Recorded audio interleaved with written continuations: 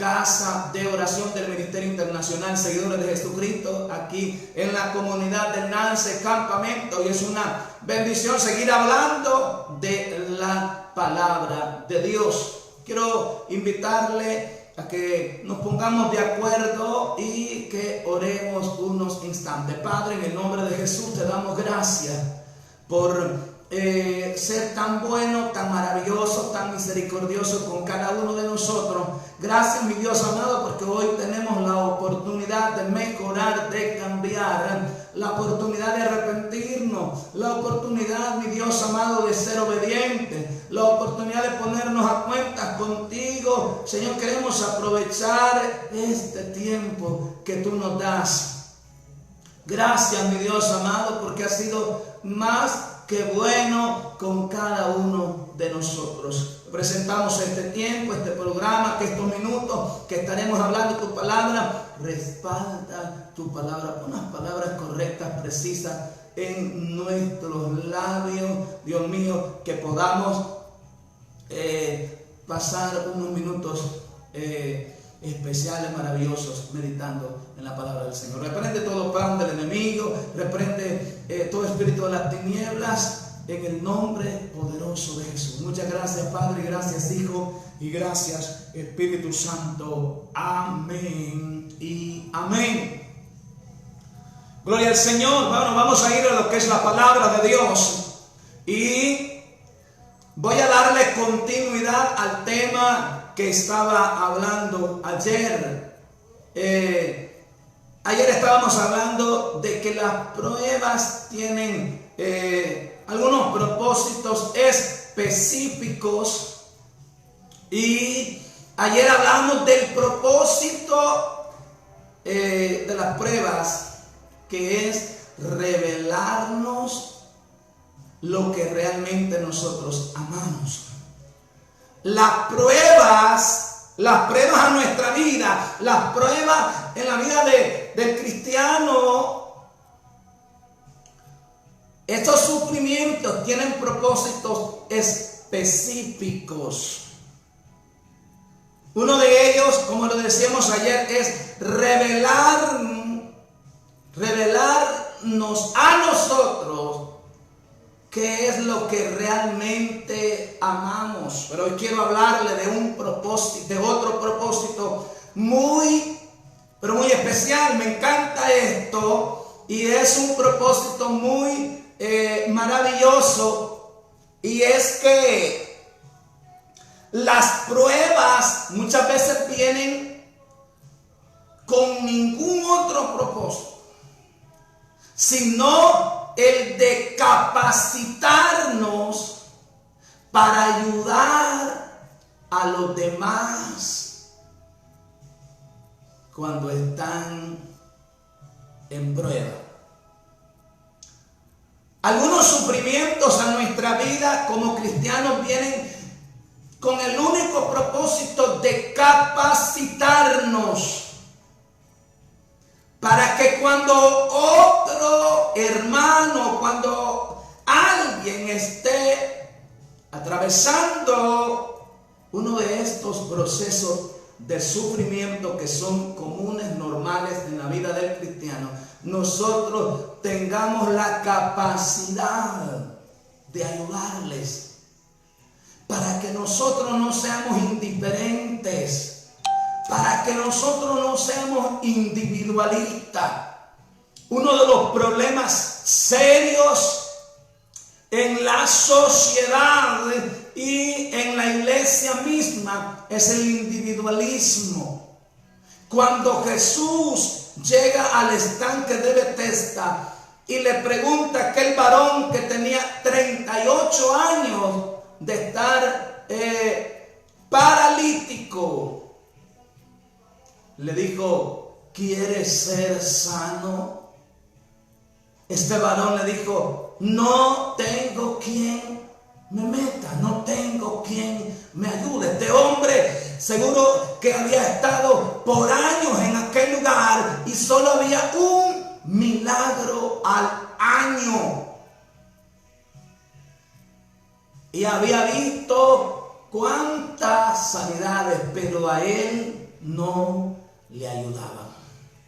Voy a leer una palabra que se encuentra en el Evangelio de Lucas, capítulo 22, versículo 31. Gloria al nombre del Señor. Al versículo 34 vamos a leer. Y lo hacemos para la honra del Padre, para la honra del Hijo y en la comunión del Espíritu Santo. Amén. Dice la palabra del Señor. Jesús anuncia la negación de Pedro. Dijo también el Señor: Simón, Simón, he aquí Satanás os ha pedido para zarandearos como a trigo, pero yo he rogado por ti que tu fe no falte, y tú, una vez vuelto, confirma a tus hermanos. Él le dijo: Señor, dispuesto estoy a ir contigo, no solo a la cárcel, sino también a la muerte. Y él le dijo: Pedro, te digo que el gallo no cantará hoy antes que tú niegues 3 veces que me conoces. Que Dios nos bendiga por medio de su bendita palabra. Bueno, por cierto, gloria al nombre del Señor. Gloria a Dios. Bendito el nombre que vive por los siglos de los siglos. Un comentario solamente. No sé si usted se imagina cuando habla la Biblia del canto del gallo. No sé si usted se imagina que fue un animal el que cantó, un gallo. Porque la verdad es que la Biblia no está hablando de un gallo, de un animal como los que tenemos nosotros, como que tiene usted el gallo, el de las gallinas. No fue un gallo de esos. ¿Por qué? Porque allí donde sucedió esto no podía haber un gallo. Cuando la Biblia habla del canto del gallo, está hablando del sonido de unas trompetas, ya que dividían la noche en ciertas vigilias: segunda vigilia, tercera vigilia, cuarta vigilia, y cuando había cambios de vigilia sonaban las trompetas. Entonces, el canto del gallo es ese sonido de trompetas que lo hacían indicando el inicio, o el cambio de vigilia. No sé si usted se ha imaginado que era un gallo de esos que cantan en la madrugada aquí en nuestros lugares, que cantó después de que Pedro negó 3 veces a Jesús, pero eso no puede ser así. Bueno, este era un comentario solamente. Bien, estamos hablando que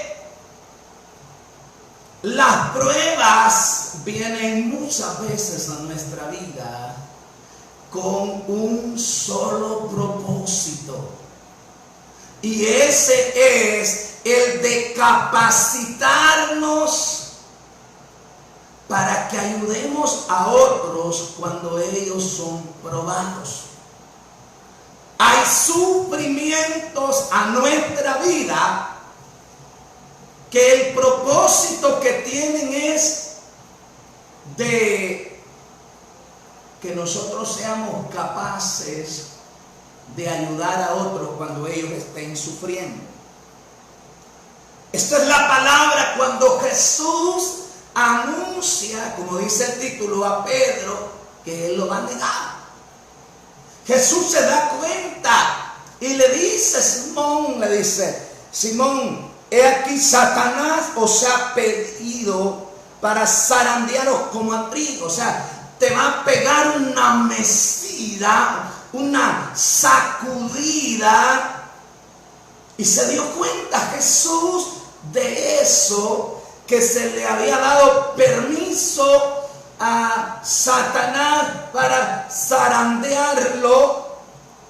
Pero Jesús ruega, Jesús rogó, oró, intercedió, suplicó al Padre por Pedro. Pero la oración, el ruego de Jesús a favor de Pedro no fue para que no se fuera sacudido, para que no fuera mecido. Yo no sé si usted ha visto cómo es que hacen para porrear el trigo, para porrear, yo le doy una sacudida, una leñateada para sacar la basura. Hay procesos que son necesarios porque hay basura en nosotros, hay basura del infierno, hay basura del diablo, ataduras del enemigo que están en nosotros, no en la naturaleza redimida, regenerada, no en el nuevo yo, no en la simiente divina. El cristiano, todo cristiano tiene una simiente divina, tiene una naturaleza divina, una naturaleza regenerada, pero tiene, escuche, el cristiano también tiene una naturaleza pecaminosa, una naturaleza no redimida.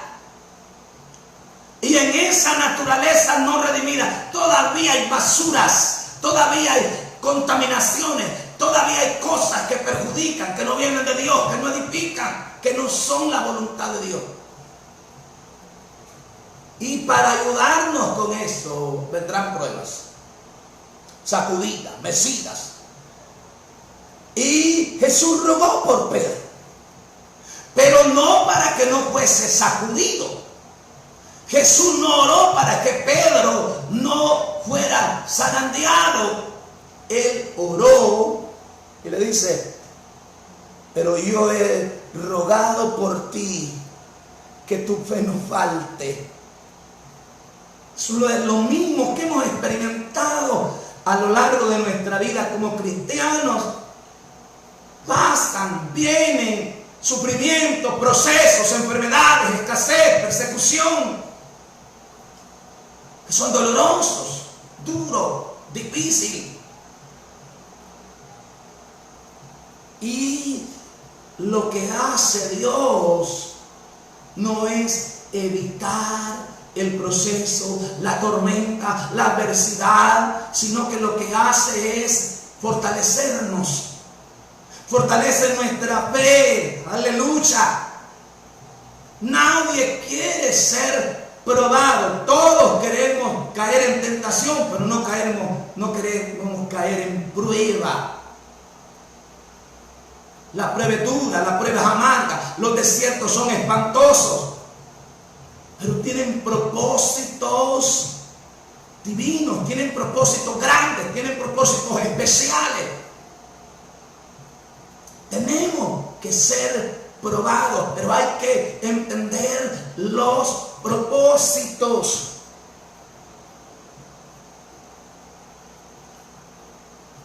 Es que Dios, escuche, dice: cuando pases por las aguas, yo estaré contigo. Esas aguas son pruebas, dificultades, adversidades, sufrimientos. Cuando pases por las aguas, yo estaré contigo. El problema es que nosotros nos imaginamos que si Dios está, Él va a reprender toda enfermedad, Él va a reprender toda dolencia, Él va a reprender toda escasez, Él va a reprender toda situación, y nosotros estaremos una sola risa, una sola alegría todo el tiempo. No. Van a venir los sufrimientos. Y dice, esto es lo importante, mire qué importante: y tú, una vez vuelto, confirma a tus hermanos. Eso es lo lindo. Aquí, esto es lo lindo, que Jesús le dice a Pedro: y tú, una vez vuelto, confirma a tus hermanos. Que, escúchame con cuidado, ¿qué es lo que Jesús le está diciendo a Pedro? Escuche esto.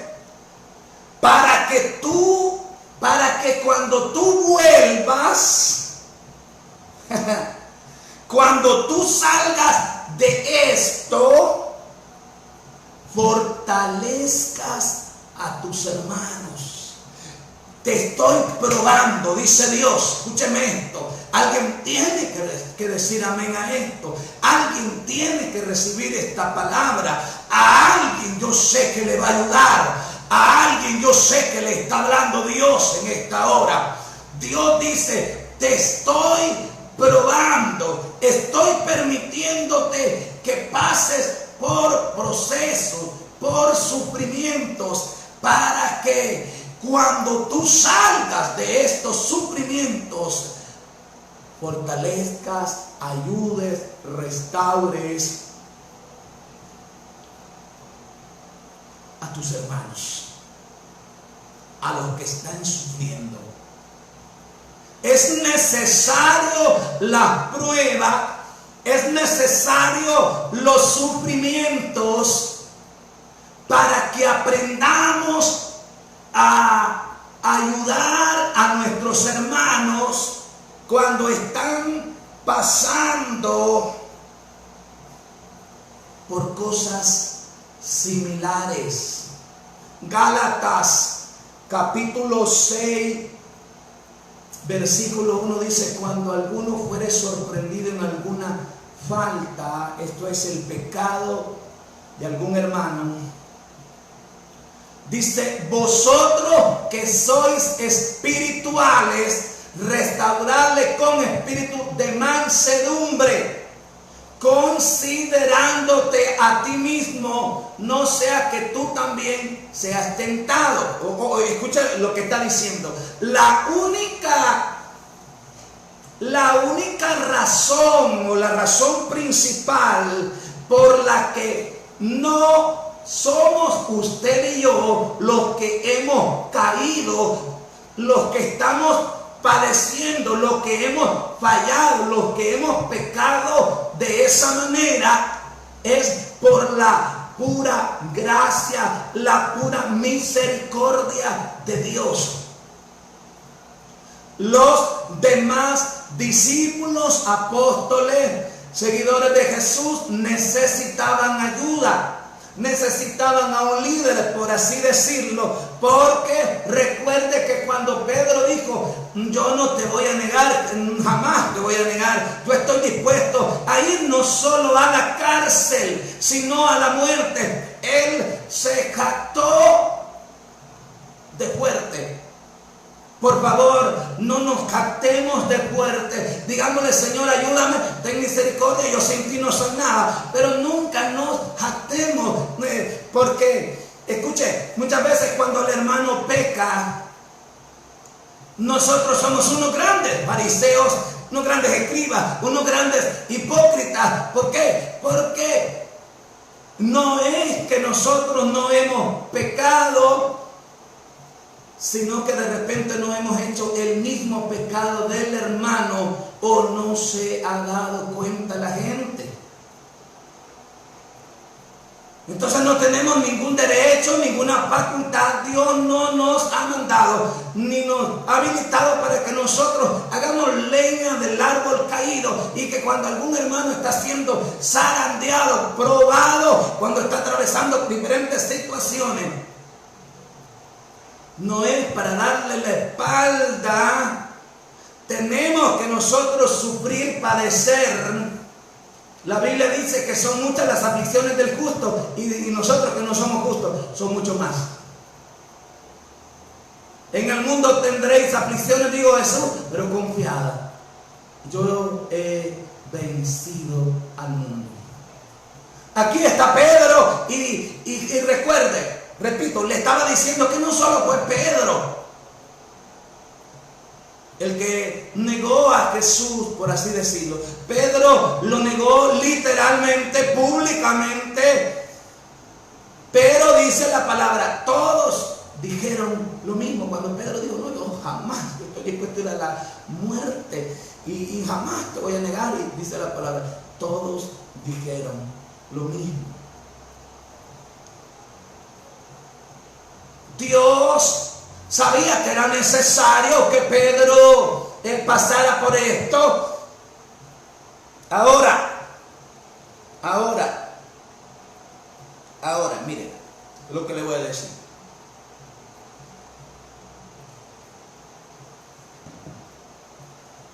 Una vez que el Espíritu Santo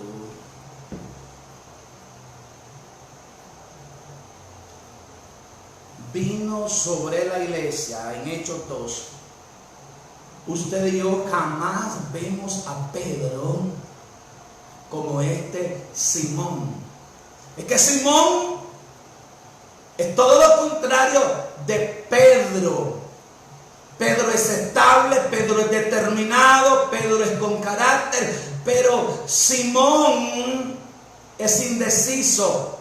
Simón es de doble ánimo. Simón, nosotros somos Simón cuando después de un domingo de gloria, un domingo glorioso, un domingo maravilloso, amanecemos un lunes que no queremos saber nada de Dios, del Evangelio, de la iglesia y de nada.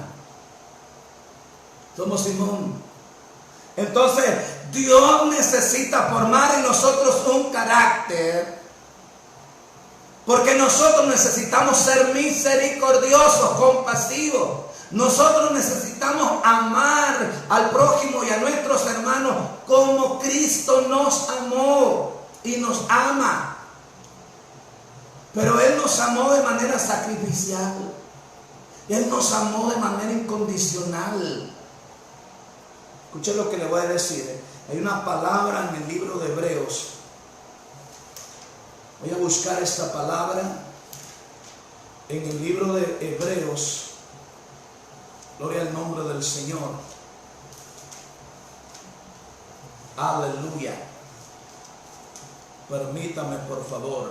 El libro de Hebreos, capítulo 2.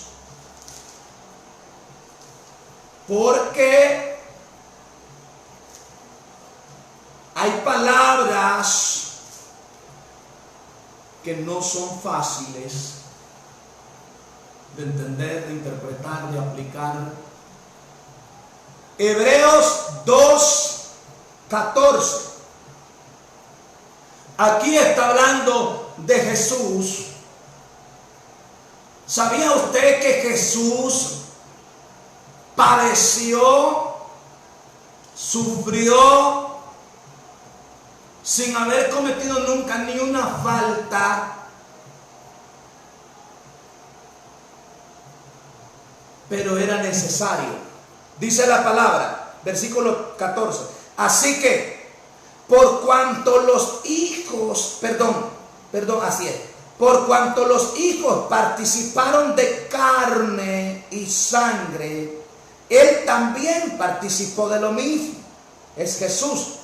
Para destruir por medio de la muerte al que tenía el imperio de la muerte, esto es, al diablo, y librar a todos los que por el temor de la muerte estaban durante toda la vida sujetos a servidumbre. Póngale cuidado a esto, porque ciertamente no socorrió a los ángeles, sino que socorrió a la descendencia de Abraham, gloria al nombre del Señor, por lo cual debía ser en todo semejante a sus hermanos.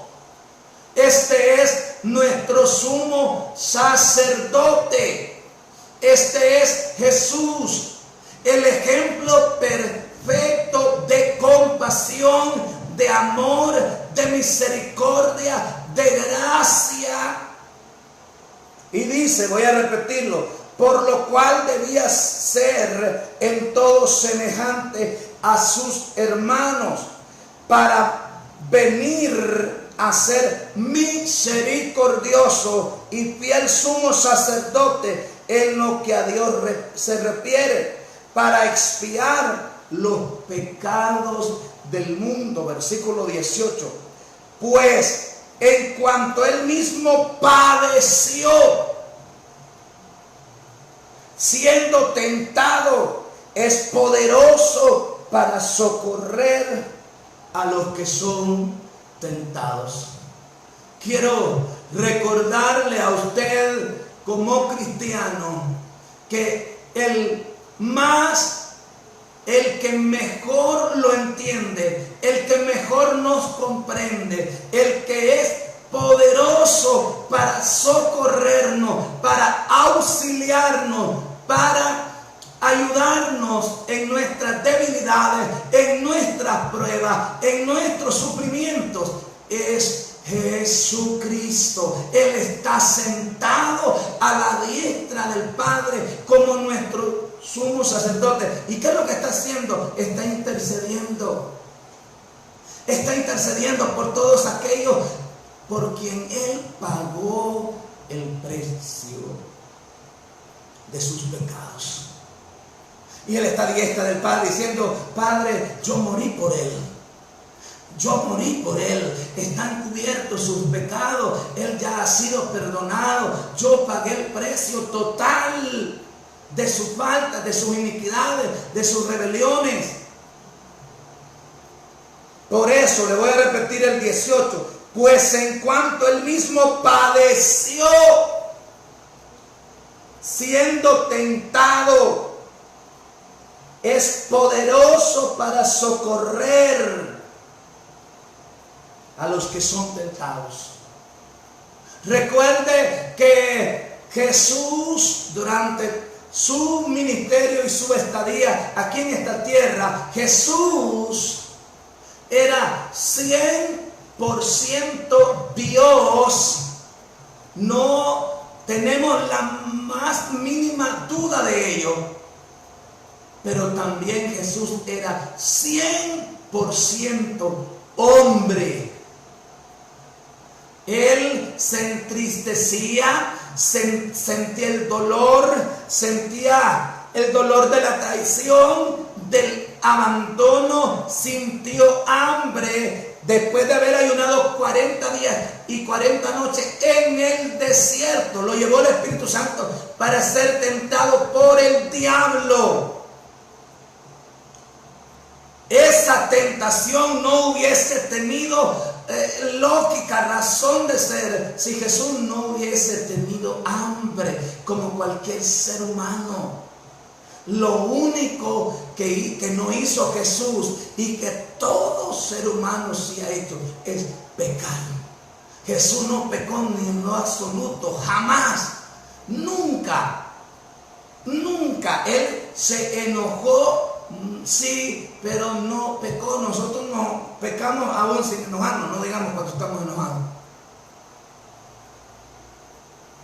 Es poderoso para socorrer a los que son tentados. ¿Por qué? Porque Él también fue tentado. Y cuando vino el tentador, Él le dijo: escrito está. ¿Cuál es la diferencia entre cuando Jesús dice escrito está? ¿Cuál es la diferencia cuando Jesús le dice vete, Satanás? Porque escrito está. ¿Cuál es la diferencia? Que cuando nosotros mencionamos X o Y versículo, muchas veces lo sabemos de memoria, pero no lo obedecemos. Y la palabra de Dios es poder y autoridad, y es la espada del Espíritu. Pero para que suceda lo que dice, para que sea eficaz ese poder que tiene, nosotros tenemos que ser obedientes a ella. Y ahí está el problema. Ahí está el problema. Por eso es que yo le dije hace poco, el problema es el pecado. El problema es el pecado. Voy a leer otra palabra. Siempre aquí en Hebreos capítulo 4, versículo 14 al 16. Dice: Jesús, el gran sumo sacerdote. Por tanto, teniendo un gran sumo sacerdote que traspasó los cielos, Jesús, el Hijo de Dios, retengamos nuestra profesión. Sigo. Porque no tenemos un sumo sacerdote que no pueda compadecerse de nuestras debilidades. Me encanta esto, voy a repetirlo. Porque no tenemos un sumo sacerdote que no pueda compadecerse de nuestras debilidades, sino uno que fue tentado en todo según nuestra semejanza, pero sin pecado. ¡Wow! Nosotros tenemos a alguien que está intercediendo a la diestra del Padre y se llama Jesucristo. Tenemos a alguien también que está intercediendo desde nuestro interior y se llama el Espíritu Santo. Ahora, ¿dónde está el problema? Le voy a decir esto. El problema está en que, aunque es cierto que todo verdadero cristiano tiene al Espíritu Santo morando en su interior, siempre me gusta aclarar esto porque hay mucha gente que anda por ahí con una falsa doctrina diciendo de que si usted no habla en lenguas no tiene al Espíritu Santo. Todavía hay mucha gente en el cristianismo evangélico creyendo de que hablar en lenguas es el bautismo en el Espíritu Santo, cuando no es así. Ser bautizado en el Espíritu Santo es ser injertado en el cuerpo espiritual de Cristo, que es la iglesia. Entonces, repito, aunque es verdad que todo cristiano tiene al Espíritu Santo morando en su interior y Él es templo y morada del Espíritu Santo, escúcheme lo que le voy a decir. También es verdad que no todo cristiano anda en el Espíritu. No todo cristiano en todo momento es controlado por el Espíritu Santo. La Biblia dice que hay una lucha entre nuestra carne. Los deseos de nuestra carne son contra los deseos del Espíritu Santo que mora en nosotros. Y los deseos del Espíritu Santo que mora en nosotros son contrarios a los deseos de la carne. Por eso es que como nosotros estamos estudiando los domingos en la casa de oración acerca de Romanos 7. El ser cristiano tiene que ver con que nosotros tenemos una lucha con esta carne que es pecaminosa. Esta carne era pecaminosa antes de ser cristiano y esta carne sigue siendo pecaminosa. Y con esto no me refiero de que Pablo esté diciendo de que lo que hace la carne, él no es responsable. Pablo dice de lo que hace la carne, él es 100% responsable, porque por ahí andan muchos también diciendo de que si la carne peca, pues hay que dejarla que peque y que Dios no nos va a pedir cuenta, porque como es la carne y que la carne no puede dejar de pecar. Pablo no está diciendo eso. Pablo dice: yo soy carnal, vendido al pecado. Cada vez que nosotros como cristianos pecamos, ¿sabe qué significa? Que somos vendidos al pecado, que el pecado nos ganó, que el pecado está dándonos órdenes y a veces las obedecemos. Uno de los problemas serios en los mismos líderes, pastores, ministros, es cuando cree que ya no es pecador. Señal de que somos pecadores que nos enojamos. Señal de que somos pecadores que no somos tan misericordiosos como deberíamos. Señal de que somos pecadores es que cuando la gente necesita de nuestra ayuda no somos tan compasivos. somos indiferentes.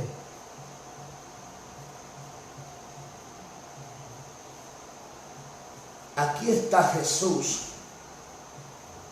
Voy a repetirle el versículo 15, es poderoso. De Hebreos 4:15. Porque no tenemos un sumo sacerdote que no pueda compadecerse de nuestras debilidades, sino uno que fue tentado en todo según nuestra semejanza, pero sin pecado. ¿Sabía usted que la tentación no es pecado? Porque entonces Jesús pecó. La tentación no es pecado. El pecado es caer en la tentación. Por eso es que Jesús nos enseña a orar y dice: no nos metas en tentación, no nos dejes caer en tentación, líbranos del mal. ¿Qué cree usted que es el mal? Maligno. Líbranos del maligno. ¿Usted sabe quién es el maligno? Tenemos que clamar, interceder, rogar, implorarle a Dios y decirle: no me dejes caer en tentación. Ser tentado no es pecado, caer en tentación es el pecado. Y Jesús, como nuestro sumo sacerdote, aleluya, es misericordioso y compasivo. Por eso es que Primera de Juan 1:9 dice que si confesamos nuestros pecados, Él es fiel y justo para perdonar nuestros pecados y limpiarnos de toda nuestra maldad. Mire, escucha lo que le voy a decir. Eso de Primera de Juan 1:9 es el arrepentimiento continuo para el perdón continuo de la iglesia. Yo me quedé asombrado la vez pasada cuando alguien dijo estas palabras, estando en eminencia, personas que nosotros de repente dijimos: qué galán, qué lindo como el hermano, qué altura, qué... Escuchen, no hay personas que son los que nosotros nos imaginamos que son los súper santos, los súper íntegros. No. Y me quedé sorprendido cuando dijo el hermano: tengo bastante tiempo de que me examino y me doy cuenta que no tengo nada malo en mí. ¡Wow! Y Dios mío, ni Pablo. ¿Qué nivel, pues? ¿Ah? Como decían unas hermanas, y si a un caso, la decían a Dios orando, y si a un caso he fallado. Yo, Dios mío, qué capacidad. ¿Cómo es eso de que sea un caso? Hay que decirle: contra ti he pecado y he hecho lo malo. Pero yo escucho a la gente orando: Señor, y sea un caso, ¿verdad? No creo, porque han dado tan derechito. Jesús, como nuestro sumo sacerdote, es compasivo y misericordioso. Miren lo que dice el versículo 16, por favor. Acerquémonos pues confiadamente al trono de la gracia para alcanzar misericordia y hallar gracia para el oportuno socorro. Acerquémonos pues confiadamente.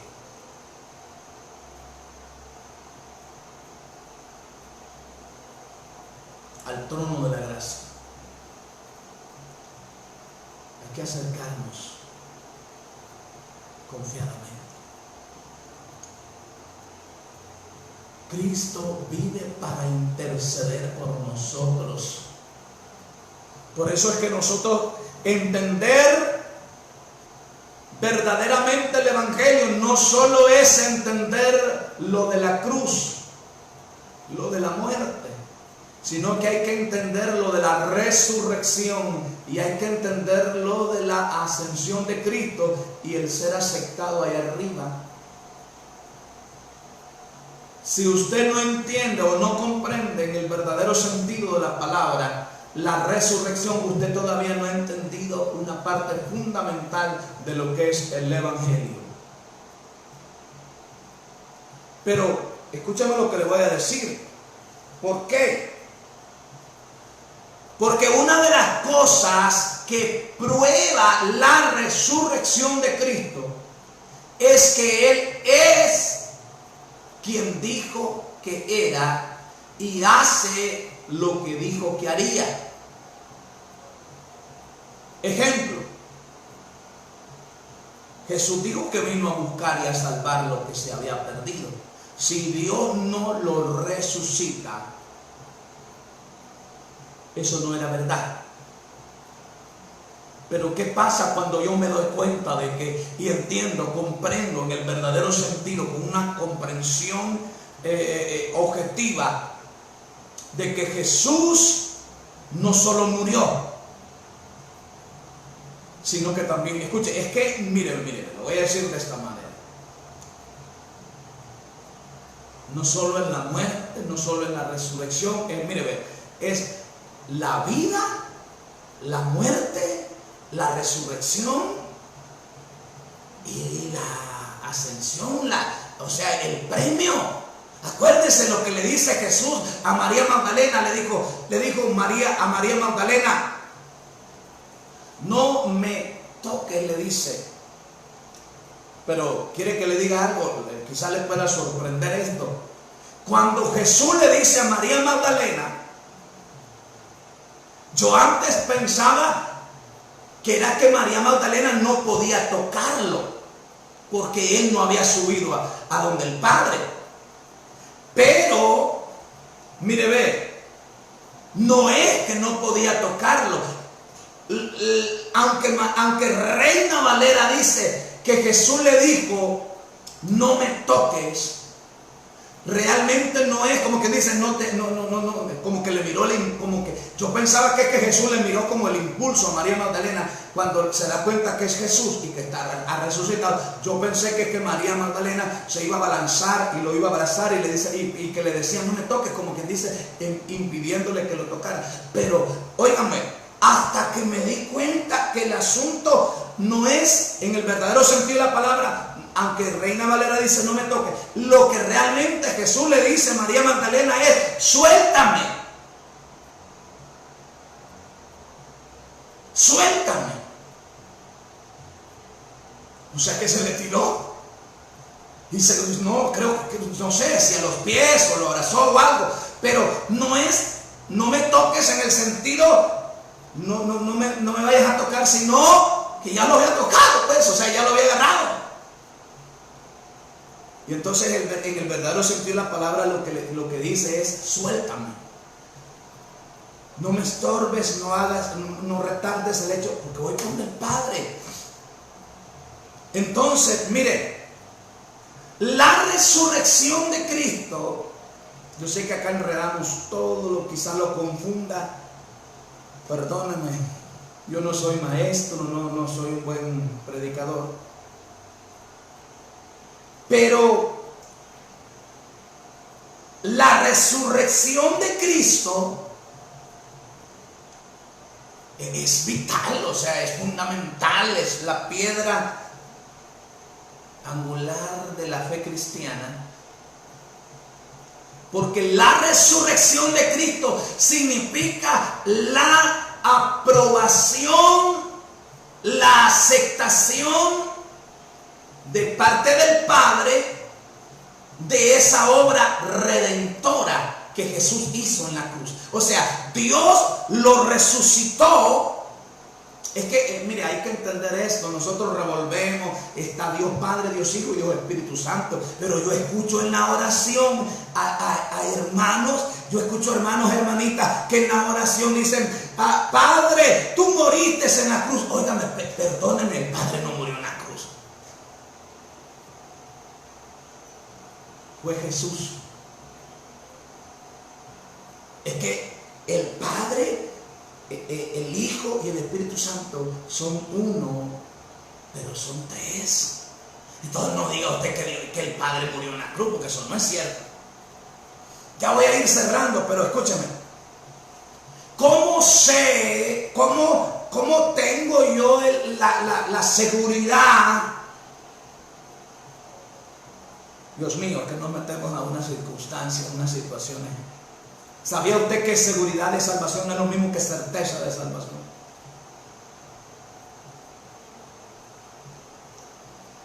¿Sabía usted que hay gente que tiene, personas cristianos que tienen una salvación segura, pero que no disfrutan de certeza? Porque mientras que seguridad, escúcheme lo que le voy a decir, mientras que seguridad es el hecho revelado por el Espíritu Santo de que la salvación es para siempre, certeza es la confianza de que yo tengo esa salvación que está segura. O sea, la base.